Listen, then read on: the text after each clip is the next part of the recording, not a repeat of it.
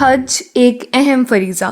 حج اسلام کے بنیادی ارکان میں سے 5واں رکن ہے جو ہر صاحب استطاعت مسلمان پر زندگی بھر میں ایک مرتبہ فرض ہے۔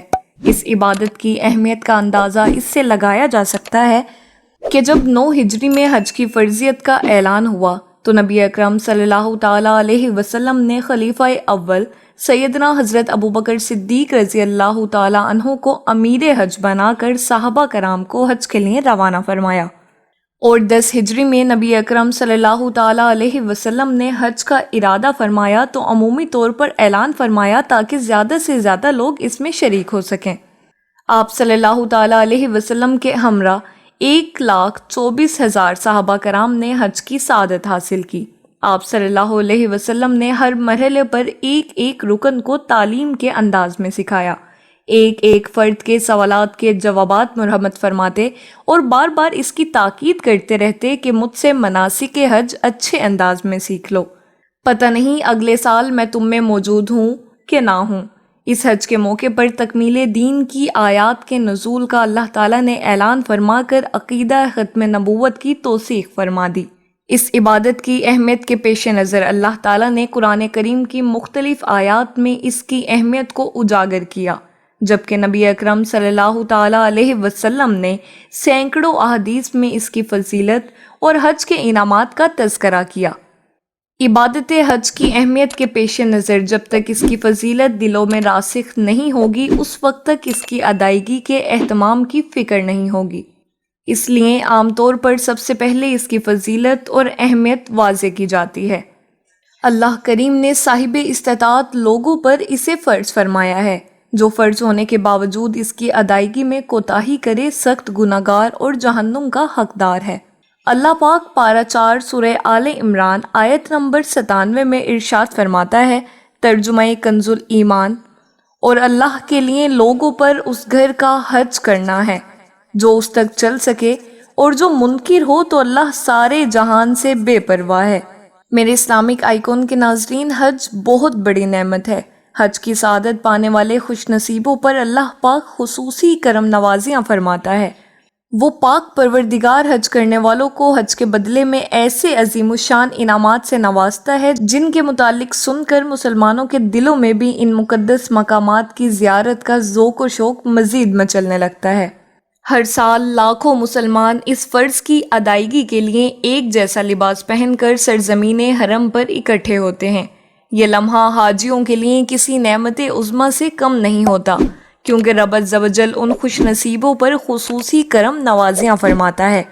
آئیے حج کے فضائل اور حاجیوں کو ملنے والے انعامات خداوندی کے متعلق 4 فرامین مصطفیٰ صلی اللہ تعالیٰ علیہ وسلم سنتے ہیں۔ چنانچہ ارشاد فرمایا، جو حج کے ارادے سے نکلا پھر مر گیا تو اللہ پاک اس کے لیے قیامت تک حج کرنے والے کا ثواب لکھ دے گا، اور جو عمرے کے ارادے سے نکلا پھر مر گیا تو اللہ اس کے لیے قیامت تک عمرہ کرنے والے کا ثواب لکھ دے گا۔ ارشاد فرمایا، جب تم کسی حاجی سے ملاقات کرو تو اس سے سلام اور مصافحہ کرو، اور اس سے کہو کہ وہ اپنے گھر میں داخل ہونے سے پہلے تمہارے لیے مغفرت کی دعا کرے، کیونکہ اس کی مغفرت ہو چکی ہے۔ ارشاد فرمایا، حج کیا کرو کیونکہ حج گناہوں کو اس طرح دھو دیتا ہے جیسے پانی میل کو دھو دیتا ہے۔ ارشاد فرمایا، حاجی اپنے گھر والوں میں سے 400 مسلمانوں کی شفاعت کرے گا اور گناہوں سے ایسا نکل جائے گا جیسے اس دن ماں کے پیٹ سے پیدا ہوا ہو۔ میرے اسلامک آئیکن کے ناظرین، آپ نے سنا رب کریم حاجیوں پر کتنا مہربان ہے اور ان پر کیسی کیسی نوازشیں فرماتا ہے۔ ان کے گناہوں کو معاف فرماتا ہے، انہیں مغفرت کے پروانے عطا فرماتا ہے، انہیں 400 مسلمانوں کی شفاعت کا اختیار عطا فرماتا ہے، اور جو حج کے ارادے سے نکلے اور فوت ہو جائے تو اس کے لیے قیامت تک حج کا ثواب لکھا جاتا ہے۔ یقیناً حج کی سعادت پانے والا رب کی رضا حاصل کرنے کی کوشش میں لگا رہتا ہے۔ حج کی سعادت پانے والا رحمتوں اور برکتوں کے سائے میں ہوتا ہے۔ حج کی سعادت پانے والا اللہ پاک کی امان میں ہوتا ہے۔ حج کی سعادت پانے والا اپنی نیکیوں میں خوب اضافہ کرتا ہے۔ حج کی سعادت پانے والا شیطان کے چنگل سے نکل جاتا ہے۔ حج کی سعادت پانے والا اپنے گناہوں کی بخشش کا سامان کرتا ہے۔ حج کی سعادت پانے والا گویا رحمت الہی میں غوطے لگاتا ہے۔ حج کی سعادت پانے والا کعبہ شریف کے پرنور نظاروں سے آنکھوں کو ٹھنڈا کرتا ہے۔ حج کی سعادت پانے والا قدم قدم پر نیک بندوں کی یادیں تازہ کرتا ہے۔ حج کی سعادت پانے والا اللہ پاک کے نیک بندوں کے راستے پر چلتا ہے۔ الغرض حج کی سعادت پانے والا دنیا اور آخرت کی کئی بھلائیوں کا مستحق ہو جاتا ہے۔ سبحان اللہ۔ یاد رہے کہ حج اسی طرح ادا کرنا کہلائے گا جس طرح ادا کرنے کا حکم ہے۔ حج کے مسائل سیکھنے ہوں گے، ذوق و شوق کے ساتھ یہ سفر ہو اور دن رات فسق و گناہوں سے پاک ہو۔ یوں تو حج میں بہت سے کام کیے جاتے ہیں، ان میں سے ایک طواف بھی ہے۔ حج کی سعادت پانے والا کعبۃ اللہ شریف کے گرد پروانہ وار چکر لگاتا ہے، جسے طواف کہتے ہیں۔ طواف بھی ایک ایسی عبادت ہے جو دنیا بھر میں صرف مکہ مکرمہ میں میسر آتی ہے۔ آئیے طواف خانہ کعبہ کے فضائل پر مشتمل 2 فرامین مصطفیٰ صلی اللہ تعالی علیہ وسلم سنتے ہیں۔ نمبر 1، جس نے گن کر طواف کے 7 پھیرے کیے اور پھر 2 رکعتیں ادا کیں تو یہ ایک غلام آزاد کرنے کے برابر ہے، اور طواف کرتے ہوئے آدمی کے ہر قدم کے بدلے اس کے لیے 10 نیکیاں لکھی جاتی ہیں، اس کے 10 گناہ مٹا دیے جاتے ہیں اور 10 درجات بلند کر دیے جاتے ہیں۔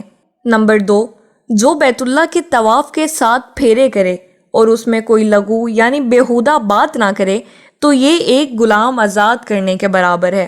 میرے اسلامک آئیکن کے ناظرین، اگر ہم اپنے بزرگوں کے حالات کا مطالعہ کریں تو ہمیں معلوم ہوگا کہ اللہ پاک کے نیک بندے عشق الہی میں ڈوب کر حج کی سعادت پانے نکلتے تھے۔ ان کا یہ حال ہوتا تھا کہ آہوزاری، شب بیداری اور کثرت سے اشک باری ان کا معمول ہوتا تھا۔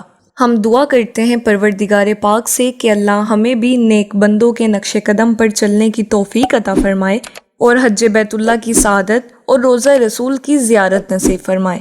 آمین بجاہ النبی الامین۔